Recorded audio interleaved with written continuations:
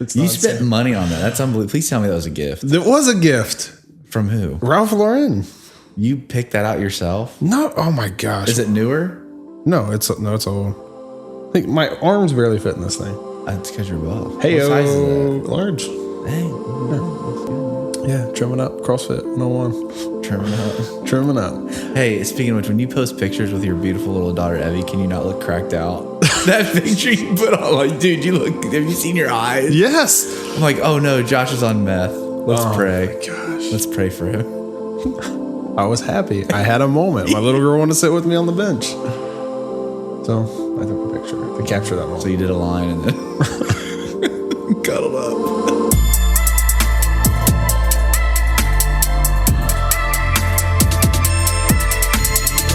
Well, welcome to another episode of How Stupid People Succeed. I'm Josh. This is Jeremy. What up, though? And this is a podcast that helps two idiots like us somehow figure things out in life. Yeah, buddy. Most of the time. Yeah, buddy. Today we're talking about one of our favorite subjects in the entire world, which is NFL football, most notably the Cleveland Browns. Yes. Yeah. Just found out Cam Newton's going to the New England Patriots. Yep.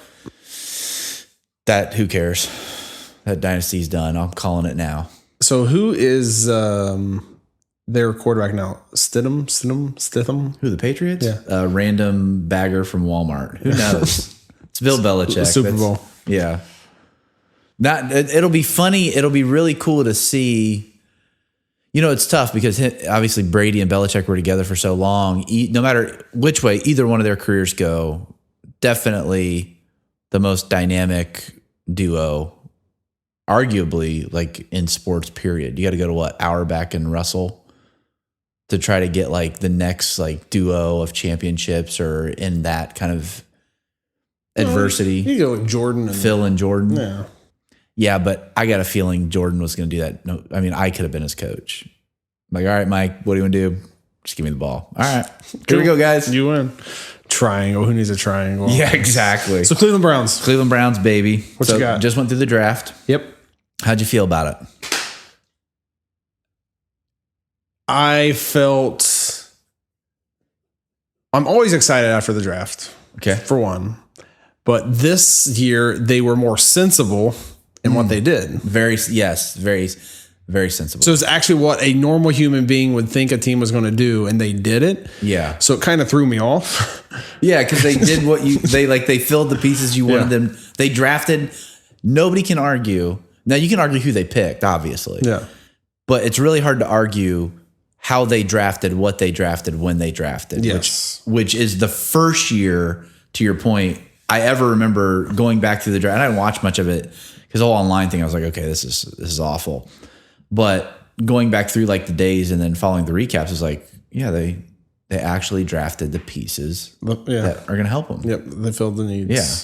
And they got a couple really good values. The defensive back out of LSU, Delpit, steal of the draft. I'm calling that now. Yeah. Steal of the draft. Like Tyrann Mathieu 2.0. Like this. Really? Yeah. Yes. This dude.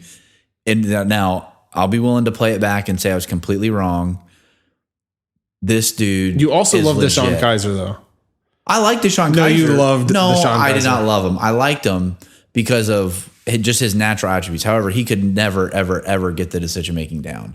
But you see that guy throw a football, and he has an absolute cannon for an arm. And he's huge, too. He's a huge guy. So you think like, oh, this is...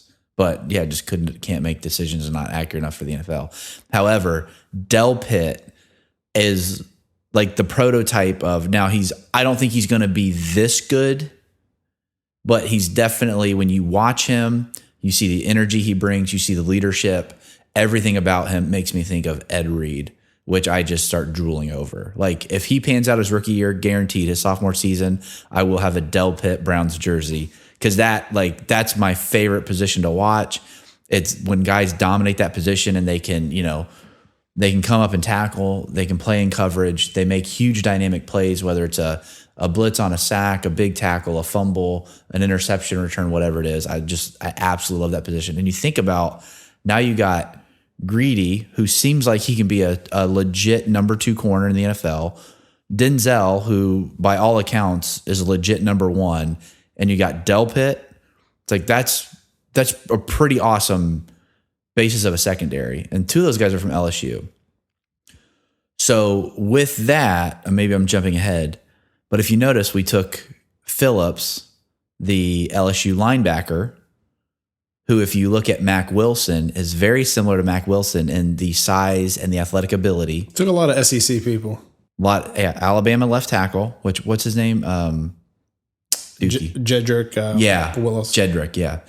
So you look at Alabama, but then you take two guys from LSU's defense. Now, if you think about that, two things immediately stuck out in my head when I really looked at that. Who did those two defensive players play with and practice against every day last year? Who did they practice against? Joe Burrow? And where's Joe Burrow? He's in Cincy. Yeah. Oh, I didn't even think about that. So they're drafting also to have that strategic advantage, as well as you look at Phillips at linebacker and Mac Wilson at linebacker. What else are they drafting for? To get side to side on Lamar Jackson. So it's like when I look at that, and then you have Delpit who can cover everywhere, right? So Delpit can kind of be your wild card or your spy, or even like Mac or Phillips can be that spy. You can alternate spies and mix up coverages. So it's like when I step back and I look at it, I go, oh, they drafted so one, they can get dirt on Joe Burrow and they understand how he thinks and how he works and what he does. They obviously are still connected then to their relationships at LSU. So they're picking that apart completely. Just like, Adam Henry, the LSU wide receiving coach that, worked with Jarvis and Odell, right? To make that relationship solid. And then you look at the overall speed side to side to compete with Lamar. And if there's anything where Lamar just dusted teams last year, it was taking anything and being able to get 5, 7, 15 yards, because once he goes on the angle, if you have one half a step to the wrong angle, it's over. He's so fast at getting to the edge. So it's like when I really look at that draft, I go, oh my gosh. Not only did they draft the positions we needed, but they drafted guys that if they pan out, which again, it's the NFL, so you never know. It's the great equalizer. But if they pan out, like how brilliant are they going to look that they also covered their bases on? We're going to know as much as we possibly can about Joe Burrow, and we're going to have the athleticism to get side to side to stop Lamar Jackson. Now, when it comes to the Steelers, obviously you have to be able to play football. I think Ben's going to have a great year. I don't think for a second now he's older, so I don't think he's going to be like a MVP. But, he's still going to be Ben Roethlisberger, and Juju's definitely going to look to have a little bit of a bounce back season. So I think he's going to come in. Crap last year. Yeah. So I think he's going to come in with a chip on his shoulder, especially after all the crappy quarterbacks he had. No. Oh, you know what we should do this year? We should have an HSPS Fantasy Football League. We should. Yes. HSPS Fantasy Football League. If you want to be in it, like it, comment, whatever. We'll create an HSPS Fantasy Football League. Yeah. Yeah. Let's do that. Yeah. And we were in a fantasy football league last year, right? You were the commissioner. I don't remember. What happened with that league? It fell down the toilet. Your team fell down the toilet. Jeremy did something good in his life and he won the league. So, which was good because the winning prize was 2 tickets to a Browns game. that's after Josh, my good friend and the commissioner of the league, screwed me out of a trade on a Saturday evening that I thought he was going to put in for the next Sunday. Turns out, no.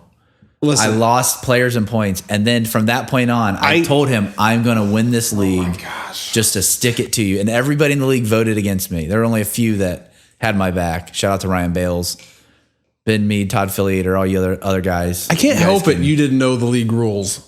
I can't help it. I was talking to the commissioner thinking, this is going to be an executed trade. We actually accepted that trade when we were up at the Browns game on a Sunday morning. Wasn't it? No, I think it was Saturday night. No, we were sitting at the bar. Where we tailgate? So you go across the street. So like we're right. So like we're. Are you sure it wasn't before a Saturday night game? Did they play a Saturday night game this year? I can't remember. Or last year. It might have been a night game because it was dark. I think it was the Saturday night game. Maybe. I don't know. Forget it. Who knows? All I know is I thought a trade was going through and it didn't. But bounce back. Say la vie. Greatness knows how to overcome adversity, so whatever, it's fine. Yeah. So, and then just start putting butt whoopings on people in that league. You did. A butt whoopings. You did. But anyway, so you feel good about the draft. Which player are you most excited to see from the draft, or maybe see what they do from the draft? Yeah, probably the tackle. Just from just from the sake of everything rises and falls with that offensive line. Yeah, so we got we got we got Conklin from the Titans that shore up the right side. We have Willis on the left side. So if they can be functional, serviceable. Antonio Treader and who's the other guy? Who's the third guy?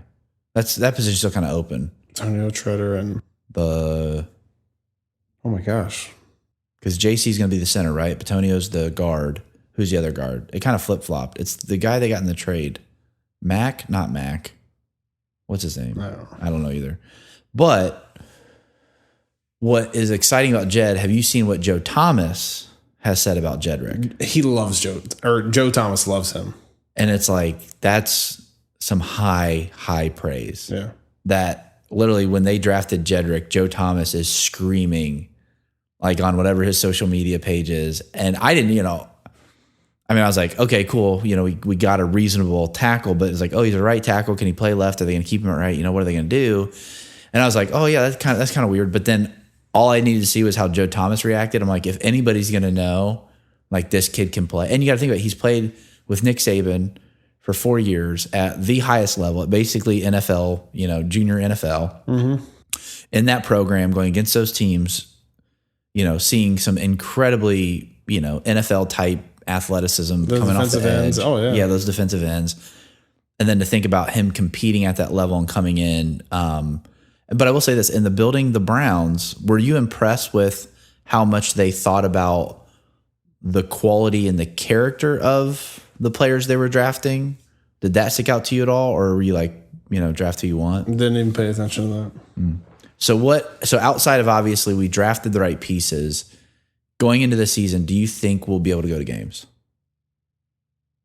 I think realistically we'll probably be able to go to 2 games. I don't think they'll be the games that we want. So I think they're going to do some sort of lottery system for season ticket holders. Almost like they do field passes kind of thing. Is that what you're saying? Yep. Yeah.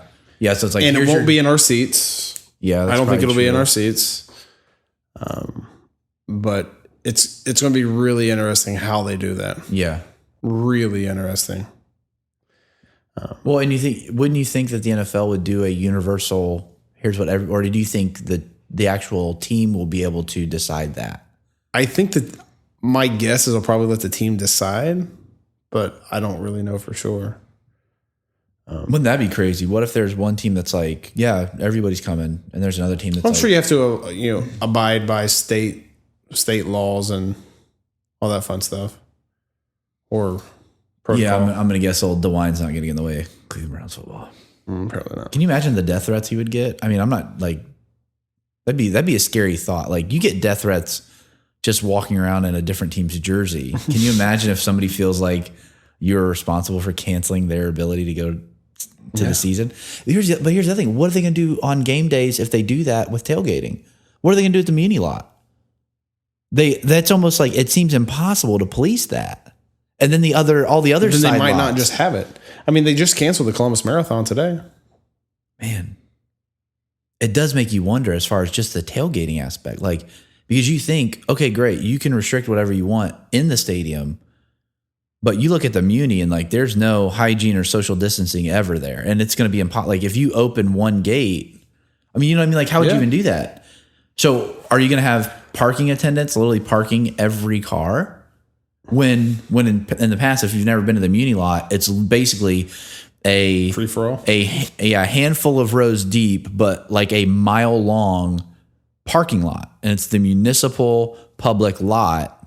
So you get in for like $20 or something. How much do you even pay? I don't even know. I'm sure I forget. Yeah, pay something small like $20, but you just go in there and there's literally car beside car and person on top of person, and there's like bands that set up. There's packed. Crazy, just craziness. Definitely, just it's really a sight to see.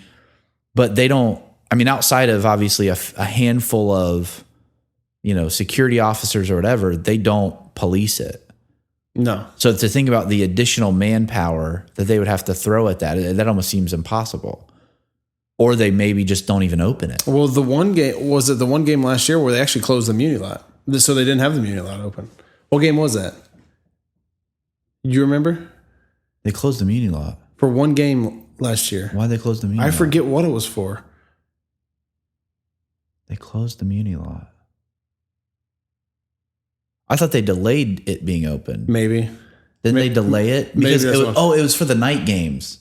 Oh, yeah. So the Muni lot on a Sunday morning game, it's literally like you can get there when it's still dark in the morning and pull in. Well, so for a night game, and I think it was the Monday night game, because they're like, people are literally going to take off work, be here Monday morning, and just be like obliterated drunk by the time games. So they were thinking about, the additional issues that would happen with all the drunk people there. So they shut down the Muni lot during the day and then reopened it I think like 5 o'clock for like a 7:30 game time. Yeah, you're right. Which kind of stinks because even at a 1 o'clock game time on a Sunday, the Muni lot is literally full by 8 o'clock in the morning. Yes. So that's 5 hours before game time. And that game, it's like, I think maybe 3 hours or 2 hours or something before the game. Yeah, it was the Steelers game. Yeah. Is what it was. Yeah. Because that was the Monday night game, right? But even still, we got down there and that they said they were going to do that, but there were still people getting in early too. So it's like, again, it goes back to just the policing side. What are they going to do? Yeah, I don't know. That's going to be crazy. That's going to be nuts. So what's your takeaway for the Browns this year? What do you want to see? I think we're going to handle the Bengals. I think we're going to handle the Steelers. I think there's going to be a lot of emotion going into that game. I think Jarvis is going to be Jarvis. He's going to get over 100 catches. He's going to get over 1,000 yards. He's just incredibly exceptional at being able to get his hands on the ball no matter what and make a catch. I think Nick Chubb is Nick Chubb, right? So he's not a secret anymore. So if you're an NFL team and you're looking at last year's tape, what are you going to decide? You're going to say, stop Nick Chubb, force Baker to make a mistake. Right? Yeah. And you're going to pray to God Alvin Hooper falls off, and you're going to pray to God Odell's never the same if you're scouting against us, right? Because here's the challenge. If Baker can make a handful of good pre-snap reads and that defense is making a decision to stop the run, how in the world do you then compete with maybe even Kareem Hunt, two-back set, Kareem Hunt in motion, now he's in the slot? What are you going to do when you got Odell, Jarvis, Hunt, Alvin Hooper? And it's like you just need Baker to put it together. I think the defense will be a lot of fun to watch this year. So for me, Austin, by the way, Austin. Why was I saying Alvin? I don't know. I don't know. Austin. Yeah, I knew it was close, but I didn't think it was right. Alvin. Yeah, I don't know why I was saying Alvin. But dude, they better not trade Njoku. So what's the record? What's the record going to be? What's going to happen? I'll be content with 9-7. Just have a winning I'll season. be thrilled with 10-6. 10-6. And 10-6 is the goal. And in this AFC this year, I would think 10-6 get you in the playoff because they have that additional spot this year. The talent on the roster is unreal. It's unreal. But we went last 6 year and 10. We went 6-10. Yeah. It doesn't really matter. Yeah. So I'd love to see 10-6. I would love to see a home playoff game. Love to see a home playoff game. I will absolutely take whatever bet anybody wants to make, but come 2021 in January, if there is a Cleveland home playoff game, I guarantee you DeWine says everybody's coming. Open it up. Everybody wear a mask. It's going to be so cold anyway. People are going to be layered up, so it's not like you're really like. Yeah. Everybody's wearing gloves. Everybody's wearing some kind of something on their face or over their head. So why couldn't you let everybody in? I don't know enough about COVID to know like at what temperature does it maybe die, but I'm going to assume Cleveland and the wind chill is going to give it its all to kill it that day if that happens. Yeah. So we'll see. Oh man, I'm so pumped. We're less than 2 months away from the season's supposed to kick off, so we'll see. Oh, it'll be on time. They'll kill a couple preseason games, but the actual season will be on time. Canceled the Hall of Fame game. Yeah, that's fine. Nobody really cares. No, not really. No, not really. Unless you're in Canton, Ohio. Then they probably care. They do care. It's a big deal up there. Yep. Cool. Anything else, my friend? Go Browns. Go Browns. I like Stefanski. I do. I like everything about him so far. Who's going to call plays? Stefanski or Van Pelt?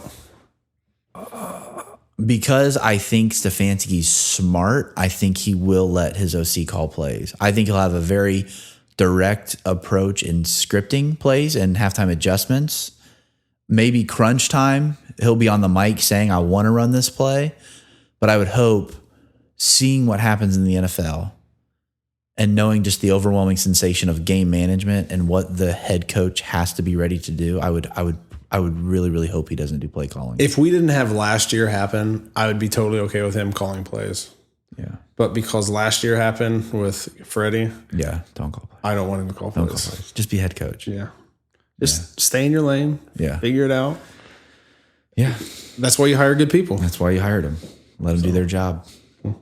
Well, this wraps up another podcast of How Stupid People Succeed. I'm Josh. This is Jeremy. Go Browns. If you like what you hear, share this, comment on it. If you want maybe a part of the Fantasy Football League, Yeah. let's get a big league going. Let's get a huge league. Big Let's go. league? Yeah, let's put some fun on it too. Yeah. Like what? I don't know, like 2021 tickets to a game or something. Whoever wins the league. It's a game of their choice. Maybe it's a game, 2 tickets to a game. Yeah. Parking pass, 2 tickets. Ooh, baby. Like and share it though. Yeah. You have to share it. You got to comment. You got to do all 3, the trifecta. Like, share, comment in the league. So that way you can participate and then maybe It's true. Yep. All right. Thanks, guys.